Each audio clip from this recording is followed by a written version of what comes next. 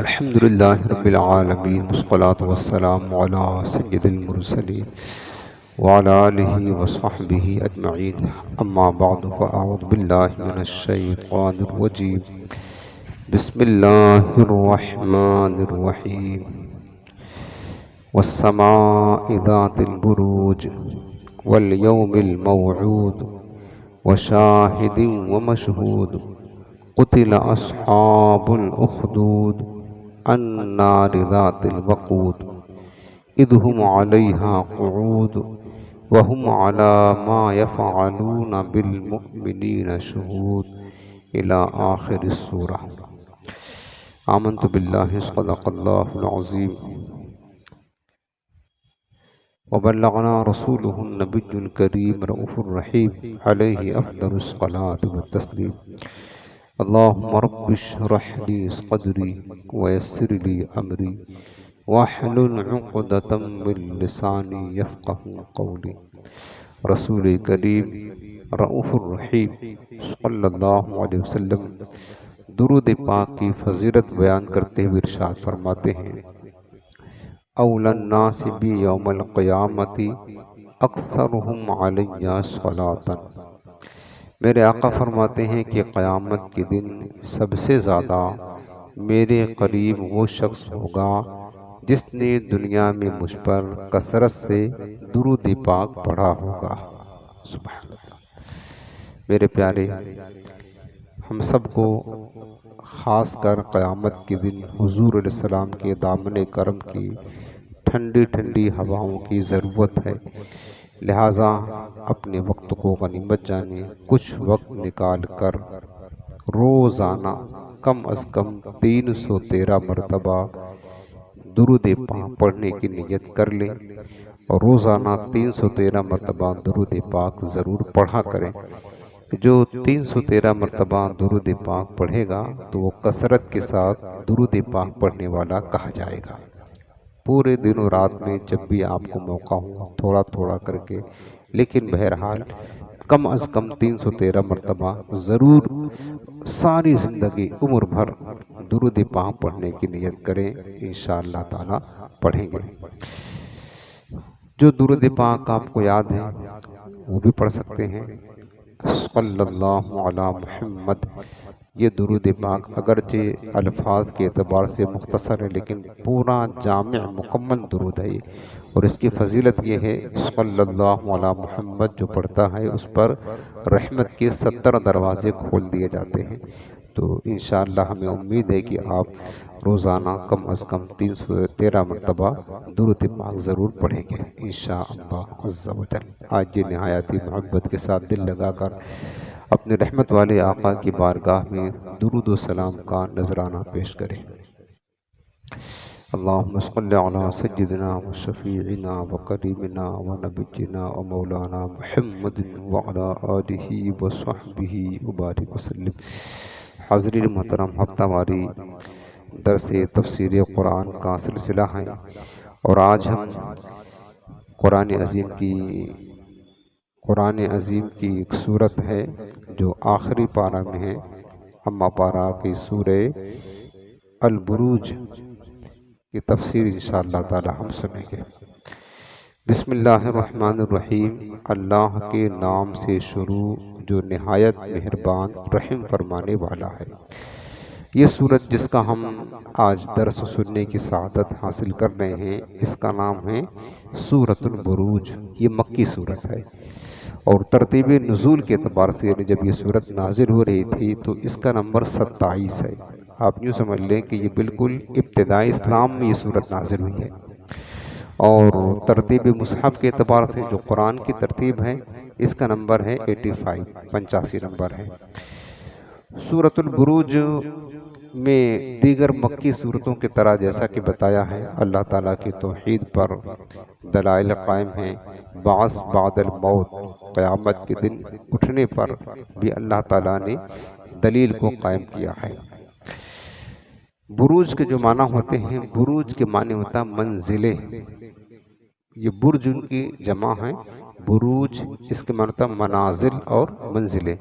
یعنی ستاروں کی، سورج کی اور چاند کی جو منزلیں اللہ نے آسمانوں میں مقرر کی ہیں، ان منزلوں کو بروج کہتے ہیں عربی میں۔ اور چونکہ اس سورت کی پہلی آیت میں یہ لفظ موجود ہے، اس وجہ سے اس کا نام جو ہے اس مناسبت سے سورۃ البروج کہا جاتا ہے۔ سورۃ البروج سے جو مقصود ہے نا، وہ یہ ہے کہ نبی کریم صلی اللہ علیہ وسلم اور آپ کے اصحاب کو اس صورت میں تسلی دی گئی ہے، چونکہ جب وہ صحابہ کرام کو مشرکین مکہ ستاتے تھے، اذیتیں دیتے تھے، تو صحابہ حضور کی بارگاہ میں فریاد کرتے، آقا ہم کو اس طرح اذیتیں اسلام کے قبول کرنے پر مل رہی ہیں، تو اللہ تعالیٰ نے اس موقع پر اس صورت کو نازل فرما کر کے صحابہ کرام کے دل کو تسلی دی ہے کہ وہ کفار کی ایذا رسانیوں سے پریشان نہ ہوں، کیونکہ امتوں کے کفار بھی، دیگر جو پچھلی امتیں گزری ہیں ان کے کفار بھی کفار مکہ کی طرح تھے۔ جس طریقے سے پچھلی امتوں نے اپنے نبیوں کو اذیت دی اور اپنے نبیوں کے صحابہ کو اذیت دی ہے، اسی طرح مشرکین مکہ بھی کر رہے ہیں۔ وہ نبیوں کو، مومنوں کو ایذا دیتے تھے، تو یہ لوگ بھی جو ہے نا ایذا اور تکلیف دے رہے ہیں۔ قوم سمود دیکھیں، قوم نوح کو دیکھ لیں، قوم فرعون دیکھ لیں، ساری قوموں کی تاریخ قرآن میں ہے۔ انہوں نے اپنے پیغمبر کو، مومنین کو اذیت پہنچائی، تو پھر اس کا تسلی دی گئی کہ میرے حبیب کے صحابہ تمہیں بھی مشرکین مکہ اذیت دے رہے ہیں، لیکن ایک وقتی طور پر ایک وقت وہ بھی آئے گا جب اسلام کا غلبہ ہو جائے گا، پھر یہ اذیت تمہیں دے نہیں پائیں گے۔ تو یہ صورت در حقیقت نبی کریم علیہ السلام اور صحابہ کرام کی تسلی کی خاطر نازل کیا گیا ہے۔ اس صورت کے جو مضامین ہیں، یعنی شروع سے لے کر آخر تک کیا کیا باتیں اس صورت پہ بیان کی گئی ہیں، ہم ذرا اجمالی اس کا تذکرہ سن لیتے ہیں تاکہ اس صورت کا سمجھنا ہمارے لیے آسان ہو جائے۔ اس صورت کی ابتدائی آیات میں اللہ تعالیٰ نے آسمان، قیامت کے دن، جمعہ اور عرفہ کے دن کی قسم ذکر کر کے فرمایا کہ کفار قریش بھی اسی طرح ملعون ہیں جس طرح بھڑکتی آگ والی کھائی والوں پر لعنت کی گئی۔ اس کا تذکرہ انشاءاللہ بھی آگے آ رہا ہے۔ سابقہ یعنی پچھلی امتوں جیسے اصحاب الاخدود، فرعون اور سمود کے واقعات اس صورت میں بیان کیے گئے، اور انہی واقعات کے ضمن میں یہ بات بتائی گئی ہے کہ جنہوں نے مسلمان مردوں اور عورتوں کو اذیت دی، آزمائش میں مبتلا کیا، وہ حالت کفر میں مر گئے تو ان کے لیے جہنم کا عذاب ہے۔ یہ بھی بتایا گیا ہے اس صورت میں کہ اللہ تعالیٰ جب کسی ظالم کی پکڑ فرماتا ہے تو اس کی پکڑ بہت شدید ہوتی ہے، اور وہ مردوں کو دوبارہ زندہ کرنے پر قدرت رکھتا ہے، توبہ کرنے والوں کو بخشنے والا، نیک بندوں سے محبت فرمانے والا، عزت والے عرش کا مالک ہے۔ اس صورت کے آخر میں بتایا گیا ہے کہ کفار مکہ پچھلی امتوں کے انجام سے نصیحت حاصل کرنے کے بجائے نبی کریم صلی اللہ علیہ وسلم اور قرآن کریم کو جھٹلانے میں لگے ہیں، حالانکہ انہیں چاہیے تھا کہ پچھلی امتوں کے عبرتناک انجام کو سن کر یہ نصیحت حاصل کرتے اور اپنے آخری نبی پر ایمان لاتے، لیکن بجائے اس کے یہ قرآن کو شاعری اور کہانت کہتے ہیں، حالانکہ یہ قرآن بہت بزرگ اور عظیم ترین کتاب ہے جو لوح محفوظ میں لکھی گئی ہے۔ یہ اس صورت کا شروع سے لے کر آخر تک یہ مضامین ہیں جو اس صورت میں بیان کیے گئے ہیں۔ اب ہم اس صورت کا ترجمہ اور اس کی تفسیر سماعت کرتے ہیں۔ بسم اللہ الرحمن الرحیم، اللہ کے نام سے شروع جو نہایت مہربان بہت رحم فرمانے والا ہے۔ والسماء ذات البروج، واو آپ نے کئی بار سنا، قسم کے لیے آتا ہے اور بھی معنی میں آتا ہے، اور سما کہتے ہیں آسمان کو۔ والسماء آسمان کی قسم، ذات البروج جو برجوں والا ہے، برج کہتے ہیں منزلوں والا ہے، کیونکہ آسمان میں چاند، ستارے اور سورج کی منزلیں ہیں، اور یہ جو آسمان میں برج ہیں، چاند و سورج کی، ستاروں کی، سیاروں کی منزلیں ہیں، در حقیقت یہ اللہ رب العالمین کا جو نظام ہے نا، یہ کائنات چلانے کا نظام، اور اللہ تعالیٰ کے عجائبات اور بہت ساری حکمتیں اس میں پوشیدہ ہیں۔ کائنات کا جو نظام چل رہا ہے، نظام کی بقا کائنات کی، یہ وہ جو برج بنایا ہے اللہ تعالیٰ نے، آسمانوں میں منزلیں بنائی ہیں جس میں ستارے اور کیا کہتے ہیں کہ سورج اور چاند اپنے اپنے وقت کے مطابق مطلب جاتے ہیں، چکر لگاتے ہیں۔ اس سے یہ فائدہ ملتا ہے کہ یہ جو موسم چینج ہوتے ہیں، کبھی سردی، کبھی گرمی، کبھی بارش، یہ ستارے، سیارے اور سورج اور چاند ان منزلوں میں گردش کرتے ہیں تو موسم چینج ہوتے ہیں۔ دانے اور پھل جو پکتے ہیں، پھلوں میں مٹھاس آتی ہے، یہ ان برجوں میں کیا کہتے ہیں ستاروں کے اور چاند و سورج کے گردش کرنے سے تعلق رکھتا ہے۔ یعنی اگر ایسا نظام نہ ہو تو ہم جو پھل کھاتے ہیں پکے ہوئے یہ نہ کھا پائیں، ہمارے پاس جو پھل میٹھے آتے ہیں یہ ہم نہ مطلب میٹھے پھل کھا نہ پائیں۔ تو گویا کہ کائنات کے نظام کی بقا ان برجوں سے وابستہ ہے۔ تو اللہ تعالیٰ کی ایک تو عظیم قدرت کی نشانی بھی ہے یہ آسمان کے برج اور منزلیں، اور دوسری چیز یہ ہے کہ مخلوق کے لیے اس میں بہت سارے فائدے ہیں اور منافع ہیں، اور اللہ تعالیٰ کی قدرت کی عظیم نشانی بھی ہے۔ فرمایا کہ وَالسَّمَاءِ ذَاتِ الْبُرُوجِ، برجوں والے آسمان کی قسم۔ آسمان میں موجود برجوں کی تعداد 12 ہے، 12 منزلیں ہیں، اور ان کی قسم اس لیے ارشاد ہوئی کہ ان میں اللہ تعالیٰ کی حکمت کے عجائبات جو ہیں موجود ہیں، جیسے ہی سورج، چاند، ستاروں کا ان برج میں ایک معینہ اندازے پر چلنا اور اس چال میں اختلاف نہ ہونا وغیرہ۔ تو اس وجہ سے چونکہ یہ عظیم چیز ہے اور اللہ تعالیٰ کی قدرت کا پتہ بتاتی ہے، تو اللہ تعالیٰ نے ان برجوں کی قسم ارشاد فرما کر کے اس کی اہمیت کو بتایا اور اپنی قدرت کی دلیل کو پیش فرمایا ہے۔ وَالسَّمَاءِ ذَاتِ الْبُرُوجِ، برجوں والے آسمان کی قسم، وَالْيَوْمِ الْمَوْعُودِ، اور اس دن کی قسم جس دن کا وعدہ کیا گیا ہے۔ یوم کہتے ہیں دن کو، اور الموعود کی معنی ہوتا وعدہ کیا ہوا ہے۔ وہ کون سا دن ہے؟ وہ دن جو ہے نا قیامت کا دن ہے۔ والیوم الموعود، جس دن کا وعدہ ہے، قیامت کے دن کا۔ ساری مخلوق سے اللہ نے وعدہ فرمایا کہ قیامت قائم ہوگی، تم سب کے سب ہمارے حضور حاضر ہوگے اور ہر ایک سے حساب و کتاب لیا جائے گا۔ تو قیامت کے دن کا دوسرا نام والیوم الموعود ہے، یعنی وہ دن جو وعدے کا دن ہے۔ یہ بھی بڑا عظیم دن ہے، تو اللہ نے اس کی بھی قسم ارشاد فرمائی کہ والیوم الموعود، اور اس دن کی قسم جس کا وعدہ ہے، وشاہد ومشہود، اور اس دن کی قسم جو گواہ ہے، ومشہود، اور اس دن کی قسم جس دن حاضری ہوگی، یعنی جس دن لوگ حاضر ہوتے ہیں۔ دو چیزیں بتائیں، شاہد اور مشہود، دو چیزیں۔ اس کی جو تفسیر ہے نا، جامع ترمذی کی حدیث پاک کتاب التفسیر میں ہے۔ حضرت سیدنا ابو ہریرہ رضی اللہ تعالیٰ عنہ روایت کرتے ہیں کہ رسول کریم صلی اللہ علیہ وسلم نے ارشاد فرمایا کہ والیوم الموعود سے مراد قیامت کا دن ہے، وشاہدین سے مراد عرفہ کا دن ہے، اور مشہود سے مراد جمعہ کا دن ہے۔ سمجھ رہے؟ یہ حدیث پاک میں ہے۔ تو گویا کہ پتہ چلا کہ جمعہ کا دن بھی بڑا عظیم دن ہوتا ہے، اور عرفہ کا دن میدان عرفات میں حجاج کرام جمع ہوتے ہیں، بے شمار افراد اللہ کی بارگاہ میں حاضری دیتے ہیں، مناجات کرتے ہیں، دعائیں کرتے ہیں، تو وہ دن بھی بڑا عظیم ہے۔ تو اللہ رب العالمین نے یہ 3 دن، قیامت کا دن، جمعہ کا دن اور عرفہ کا دن، ان کی قسم ارشاد فرما کر کے کیا کہتے ہیں کہ اللہ نے اس کی اہمیت کو بتایا ہوا ہے۔ قیامت کے اس دن کی قسم جس میں تمام زمین و آسمان والوں کو جمع کرنے کا وعدہ ہے، اور جمعہ کے اس دن کی قسم جو بندوں کے اعمال کا گواہ ہے، اور عرفہ کے اس دن کی قسم جس میں آدمی اور فرشتے حاضر ہوتے ہیں۔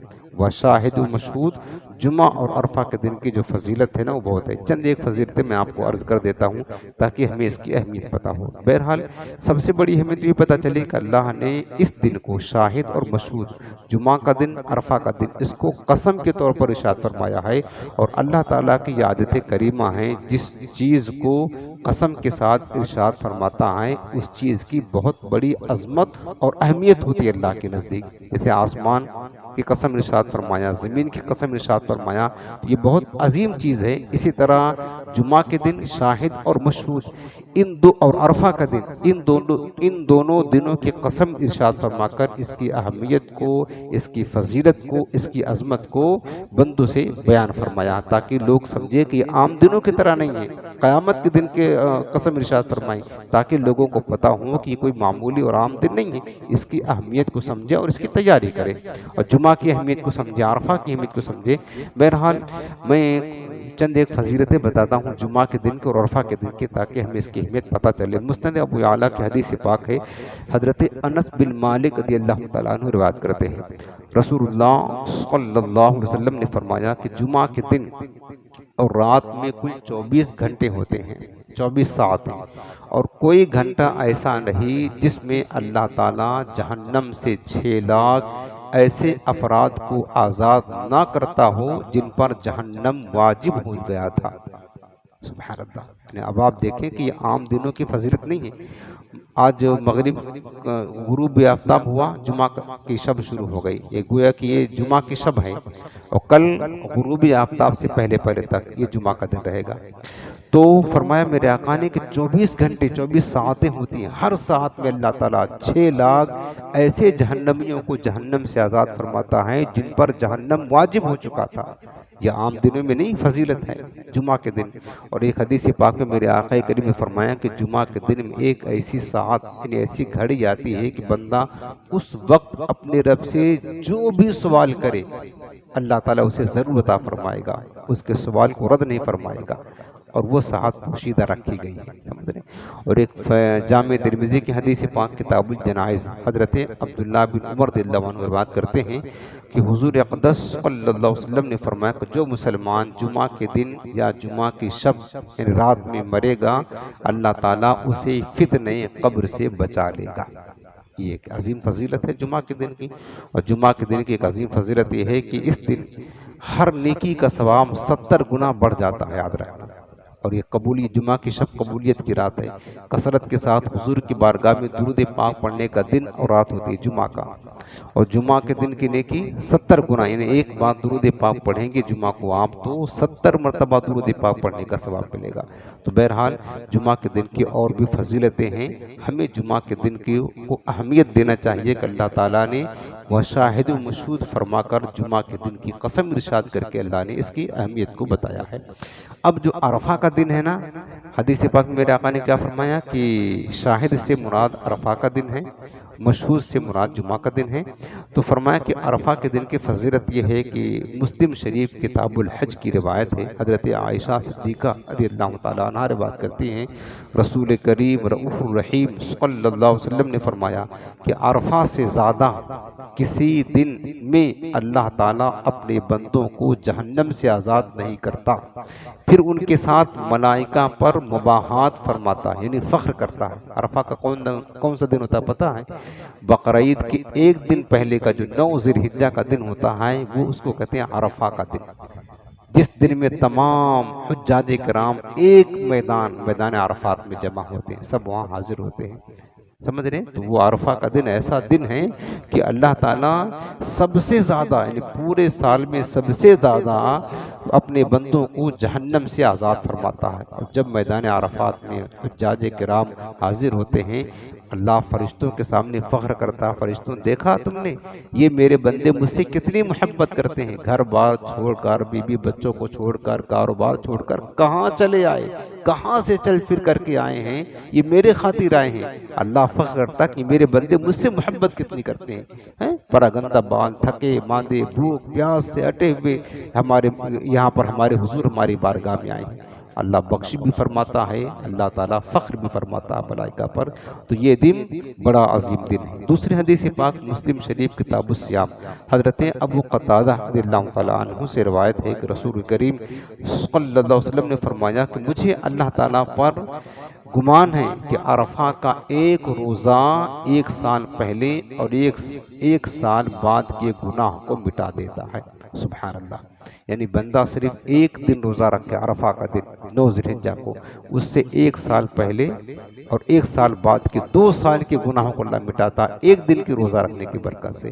یہ عرفہ کی فضیلت ہے۔ کاش اللہ تعالی ہم سب کو بار بار حاجی بنا کر میدان عرفات میں حاضر ہونا نصیب فرمائے۔ کاش آج جمعہ کے ساتھ ہے، کیا خبر، میرا قریب رب قبول فرما لے، اس کی بارگاہ سے امید ہے بار بار اللہ تعالی میدان عرفات میں، حالت احرام میں، حج کے ایام میں اللہ حاضری نصیب فرمائے، آمین۔ تو یہ معنی ہو گیا کہ وشاہد و مشہود، اور اس دن کی قسم جو دن گواہ ہیں، اور مشہود اس دن کی قسم جس دن لوگ حاضر ہوتے ہیں، یعنی میدان عرفات میں جمع ہوتے ہیں۔ اور جمعہ کو بھی شاہد کہتے ہیں کہ جمعہ یہ لوگوں پر آ کر کے یہ فیضان لٹاتا ہے۔ ہم جاتے نہیں جمعہ کے دن کے لیے، جمعہ خود ہمارے پاس آتا ہے، شاہد جو حاضر ہو، گواہ ہو، خود فیضان ادا کرتا ہے۔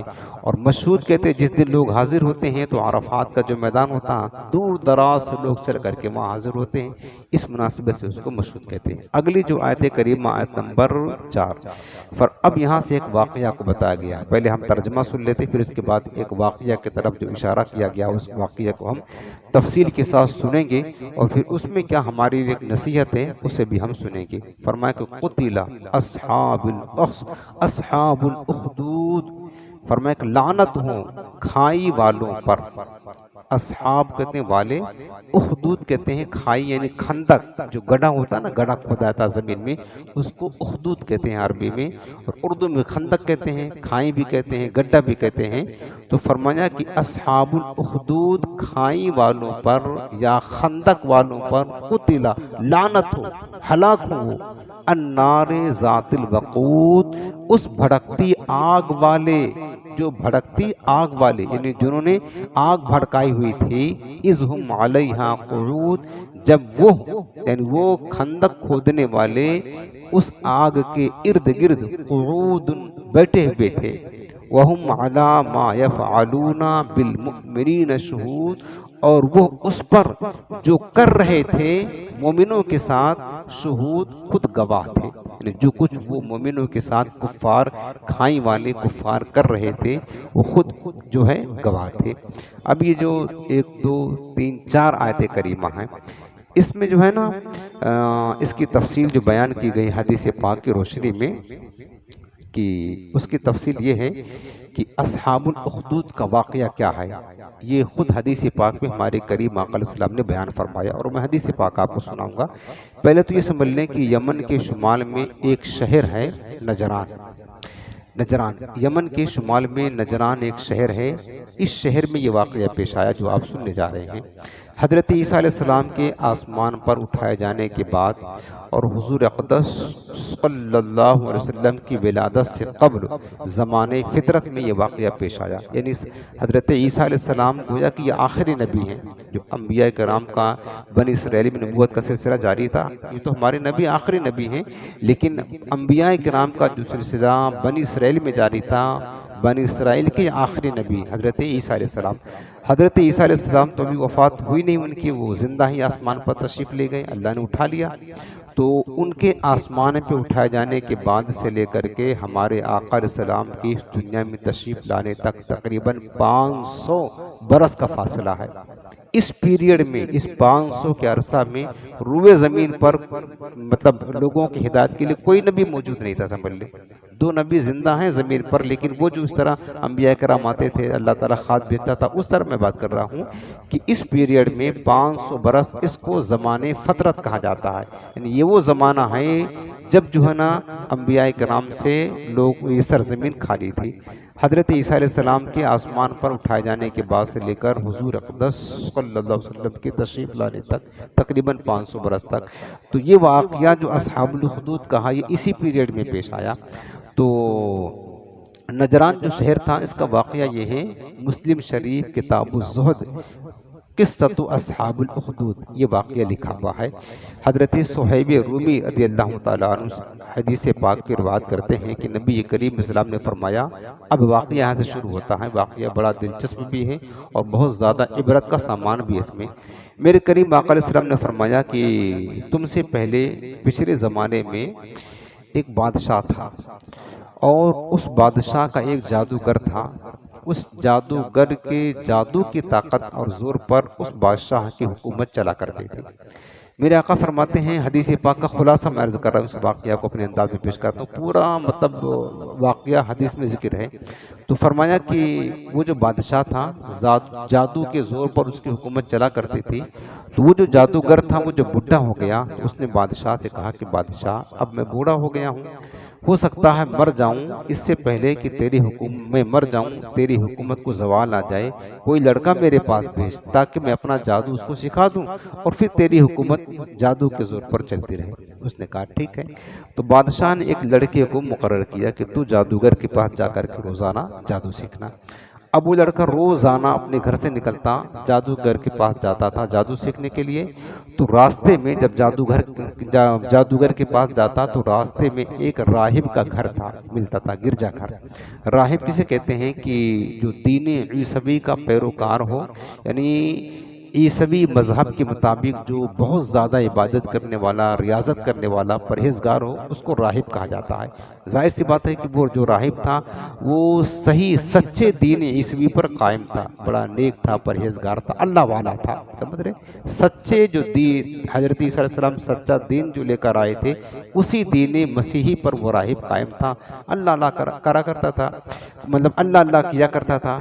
جب یہ لڑکا جاتا جادوگر کے پاس تو راستے میں جب راہب کا گرجا گھر ملتا تو کچھ دیر کے لیے اس کے پاس بیٹھ جاتا، تو راہب اس کو کچھ نصیحت کرتا، کچھ سناتا، سمجھاتا دین مسیحی کے بارے میں۔ تو دھیرے دھیرے راہب کی بات اس کو اچھی لگنے لگی اور راہب کی بات نے اس کے دل پر اثر کرنا شروع کر دیا۔ اب کیا ہوا کہ زیادہ دیر تک بیٹھ جاتا اس کے پاس تو جادوگر کے پاس جانے میں دیر ہو جاتی، تو جادوگر مارتا تھا کہ تم اتنا لیٹ کیوں آ رہے ہو۔ تو اس نے یہ معاملہ جو ہے نا راہب سے بتایا کہ یار ہم لیٹ ہو جاتے ہیں تو جادوگر ہمیں مارتا ہے۔ تو راہب نے کہا کہ ایسا ہے کہ اگر جادوگر تمہیں پوچھے لیٹ کیوں ہو گیا تو بول دینا کہ گھر میں لیٹ ہو گیا، گھر والے پوچھے تو کہہ دینا کہ جادوگر کے پاس لیٹ ہو گیا، اس طریقے سے کیا کہ تم دین کو، سچے دین کو سیکھتے رہو گے۔ اس نے کہا ٹھیک ہے، بہرحال معاملہ سلسلہ ایسے ہی چلتا رہا۔ اب ایک دن ایسا واقعہ پیش آیا کہ وہ لڑکا جادو سیکھنے کے لیے جا رہا تھا تو راستے میں ایک بہت بڑا اژدہا بیٹھا ہوا تھا، بہت بڑا اژدہا۔ تو لوگ جو ہے نا بیچ راستے میں بیٹھا تھا، لوگ ڈر کے مارے گزر نہیں پا رہے تھے، لوگوں کا راستہ روک کر کے بیٹھا ہوا تھا۔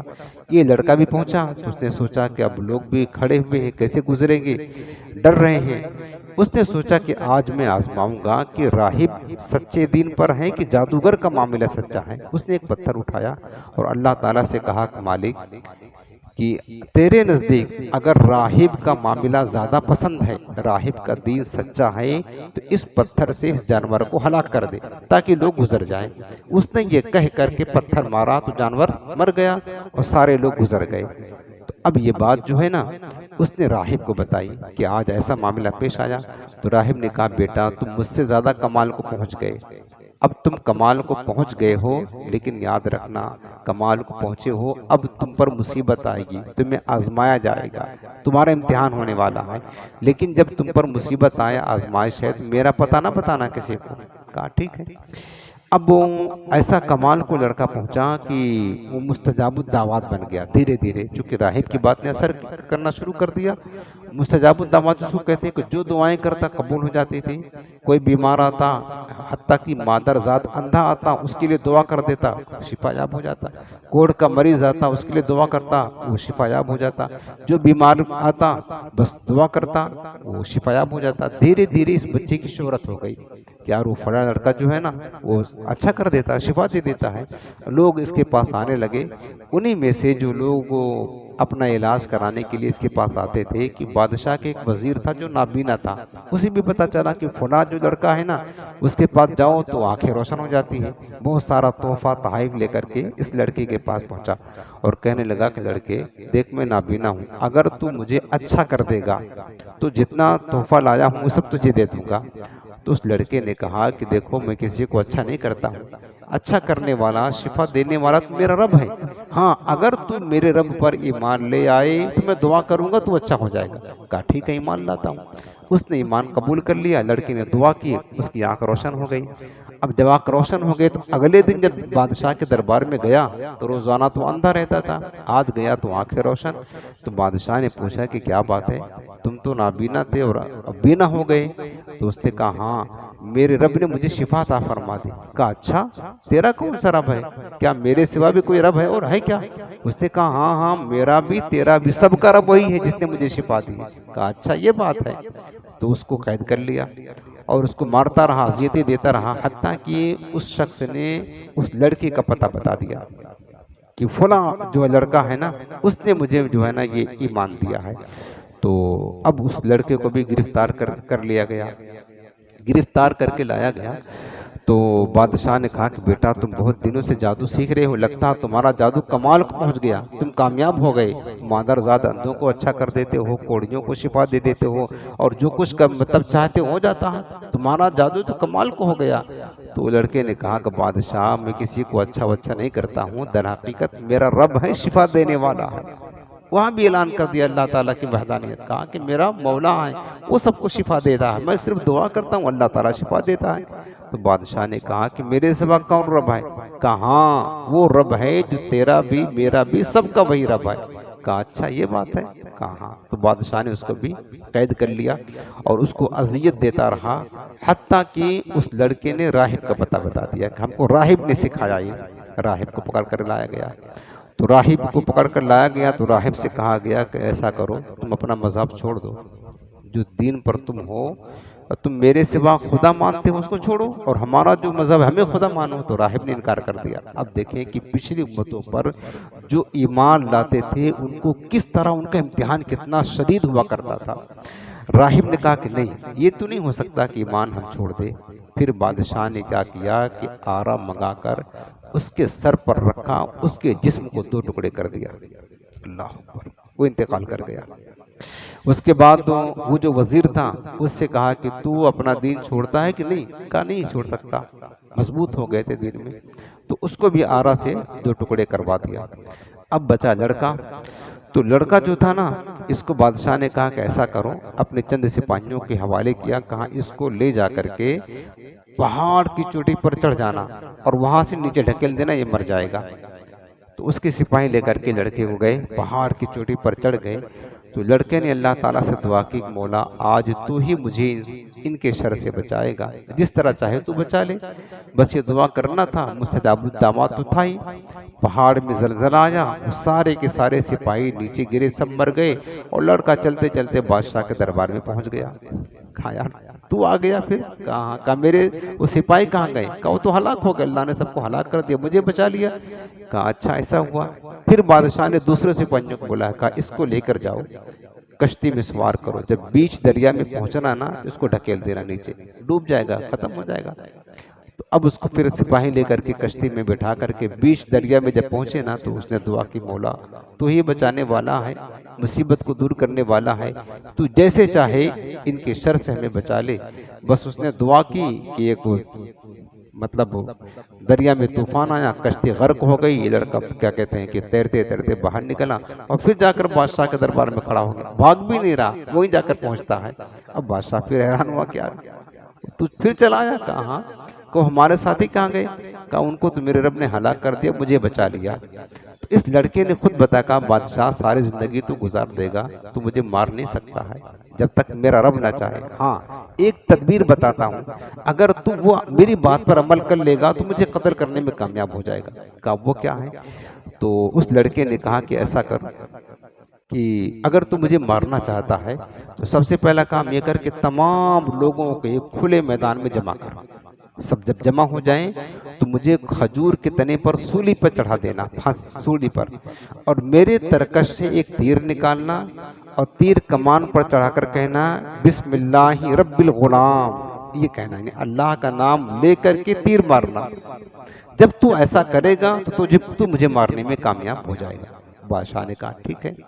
سارے لوگوں کو میدان میں جمع کیا، اس لڑکے کو لایا گیا اور کھجور کے تنے پر اس کو سولی دی گئی، اور بادشاہ نے بس وہی تیر اس کا نکالا اور بسم اللہ رب الغلام کہہ کے تیر چلایا تو اس لڑکے کے کن پٹی پر لگا، اس لڑکے نے اپنا دائنا ہاتھ اس پر رکھا اور انتقال کر گیا۔ یہ منظر جب دیکھا نا، چونکہ میدان مجمع تو لگا ہوا تھا، سارے جو میدان میں جمع تھے سب نے کہا کہ اس لڑکے کا خدا سچا ہے، اس لڑکے کا دین حق ہے، ہم ایمان لائیں اس لڑکے کے رب پر۔ سارے لوگ مسلمان ہو گئے، اور لڑکا یہی چاہتا تھا کہ ہم تو چلے جائیں گے لیکن آنے والے جو ہم جو دیکھیں گے وہ کم سے کم ایمان قبول کر لیں گے۔ اب سب سارے مسلمان ہو گئے، بادشاہ یہ دیکھ کر اور حیرت زدہ ہوا، یہ کیا ہو گیا؟ ابھی تک یہی ہمیں خدا کہتے تھے، اب تو ہمیں ہماری خدائی کو چھوڑ کر کسی اور کو خدا کہنے لگے ہیں۔ بادشاہ غصہ میں ہو گیا، اس نے اپنے کارندوں کو حکم دیا کہ ایسا کرو، خندق کھائی جس کو بولتے گڈھا کھودو، گہرا گہرا۔ تو گڑھا کھودا گیا، خندق کھودی گئی، اس میں لکڑیاں جمع کی گئی اور اس کو آگ سے بھڑکا دیا گیا، اور بادشاہ نے حکم دیا کہ جو اپنے دین سے منحرف نہ ہو اس کو آگ میں ڈال دینا، اور جو اپنے دین کو چھوڑ دے اس کو کیا کہتے ہیں چھوڑ دینا، آگ میں نہیں ڈالنا۔ اب وہ بادشاہ کے جو کارندے تھے وہ سب کرسی لگا کر کے اس کھائی کے کنارے بیٹھ کر کے نظارہ کر رہے تھے۔ اب مسلمان جو ایمان لا چکے تھے ان کو لایا جاتا اور ان سے کہا جاتا اپنے دین چھوڑتے ہو؟ کہا یہ نہیں چھوڑ سکتے۔ کافر آگ میں جانے کے لیے تیار ہو؟ کہا تیار ہیں۔ جتنے مسلمان تھے نا، مسلمان دیکھیں ان کے امتحان کیسے ہو رہا ہے، ان مسلمانوں کو کسی نے اپنا دین نہیں چھوڑا، اس بھڑکتے ہوئی آگ میں ڈال دیا گیا۔ ایک عورت آئی جس کی گود میں چھوٹا سا بچہ تھا، اب وہ آگ میں جانے کے لیے تھوڑا جھسکی کہ میرا بچہ جل جائے گا، تو بچے نے کہا ماں ڈر مت، تو سچے دین پر قائم میں، چھلانگ لگا دے آگ میں۔ آخر کار آگ میں وہ بچہ اور اس کی ماں دونوں کے دونوں کود گئے۔ تو یہ جو آیت کریمہ آپ نے پڑھا ہے، میں اس کا ترجمہ پھر سے کرتا ہوں، یہ پوری تفصیل حدیث پاک میں ہم نے خلاصہ کے طور پر آپ کو سنا دی۔ تفسیر خازن میں حضرت ربیع بن انس رضی اللہ تعالیٰ عنہ فرماتے ہیں کہ جو مومن آگ میں ڈالے گئے اللہ تعالیٰ نے ان کے آگ میں پڑنے سے پہلے ہی ان کی روحوں کو قبض فرما لیا تھا، انہیں نجات دے دی تھی، انہیں تکلیف نہیں ہوئی۔ لیکن کہنا یہ ہے کہ میرے عزیزوں کہ یعنی اس دور کے مسلمانوں پر ایمان قبول کرنے کی وجہ سے کیسی اذیت اٹھانی پڑ رہی تھی، بتائیے کیسی اذیت اٹھانی پڑ رہی تھی۔ اور یہ جو کھائیں کھودنے والے تھے نا، یہ آگ کے کنارے بیٹھے ہو کر کے وہ تماشا دیکھ رہے تھے۔ اللہ تعالیٰ کا غضب نازل ہوا کہ وہی خندق سے آگ نکلی جس میں لوگوں کو پھینک رہے تھے، اور جتنے لوگ کنارے بیٹھ کر کے بادشاہ کے وزراء اور مشیر اور کارندے تھے سب کو جلا کر کے بھسم کر دیا، وہ بھی ہلاک ہو گئے، تباہ و برباد ہو گئے۔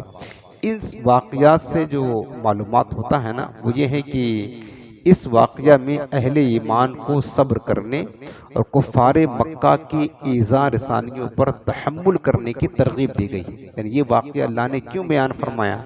یہ بتانے کے لیے کہ جیسے کہ حضور السلام کے صحابہ حضور سے کبھی شکایت کرتے کہ یا رسول اللہ ہمیں کفار بہت ستاتے ہیں، بڑی اذیت دیتے ہیں، تو اللہ نے فرمایا کہ میرے حبیب کے صحابہ تم سے پہلے جو لوگ ایمان لاتے تھے انہیں بھی طرح طرح سے کفار جو ہے اذیتیں دیا کرتے تھے، تو لہٰذا جس طرح انہوں نے صبر کیا تمہیں چاہیے کہ تم بھی صبر کرو، انہیں تسلی دی گئی ہے نا۔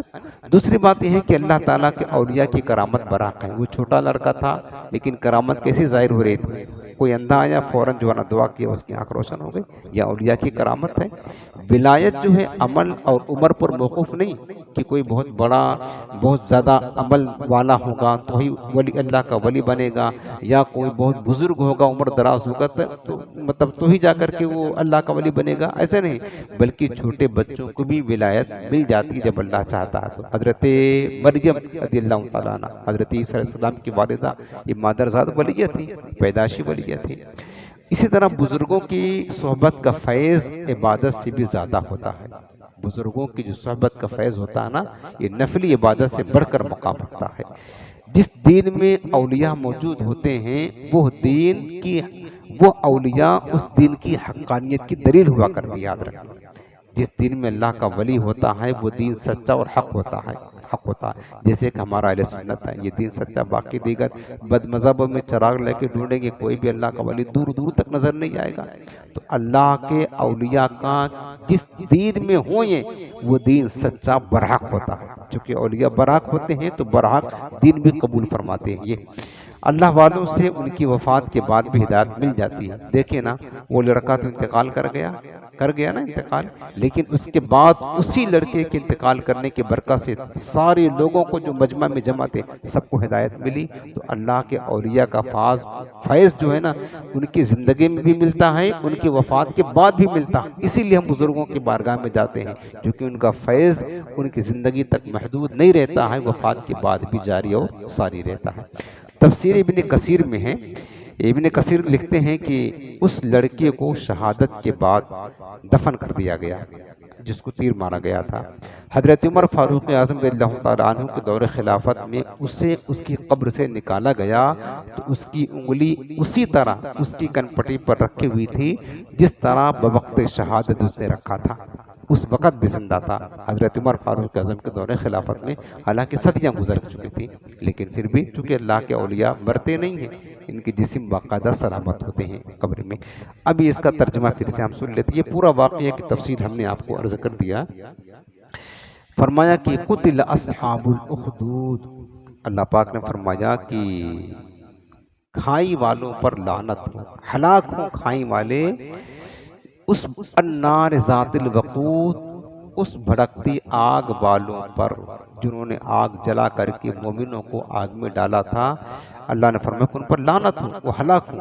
اذ ہم علیہا قعود، جب وہ آگ کے کناروں پر بیٹھے ہوئے تھے، وہم علی ما یفعلون بالمؤمنین شہود، اور جو کچھ مسلمانوں کے ساتھ کر رہے تھے وہ خود اس پر گواہ تھے۔